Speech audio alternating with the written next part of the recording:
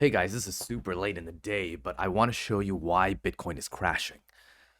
If you have never seen the show before, I dollar cost average $1,000 a day, except today because I've been switching to I switched to Bitcoin, but my wallet, Binance won't send to my wallet for whatever reason. They're undergoing some maintenance, so we'll have to start tomorrow. We'll have to start the Bitcoin DCA tomorrow.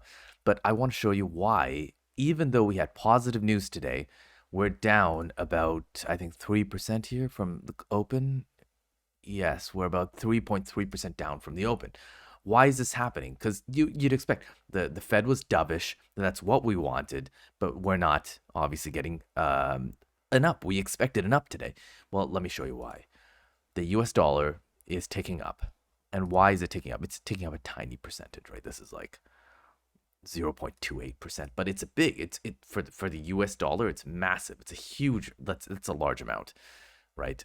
And the reason this is happening is the Fed essentially said, we're going to take care of the US dollar problem. What's the US dollar problem? The inflation problem. Everyone's worried about inflation. Nobody wants to see a Zimbabwe like situations where they have like $100 trillion banknote. That's wild. That's a single note, right? They don't want that situation. It's famous for like the wild amount of currency. They printed so much, but they didn't understand inflation.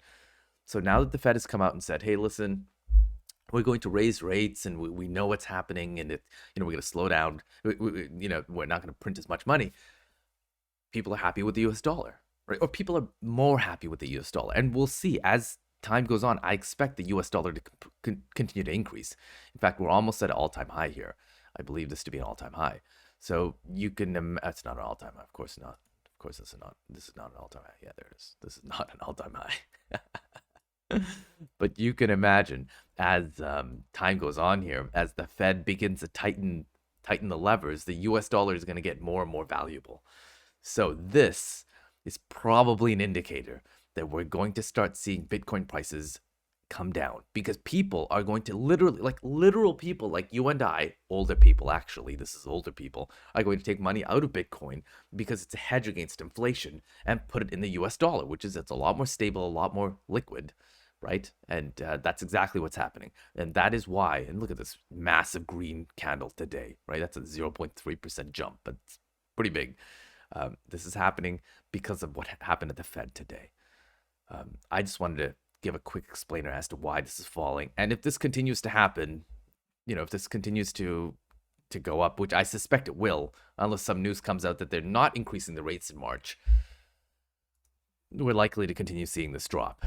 I wonder if we'll hit this trend line again, but I suspect we will see this drop.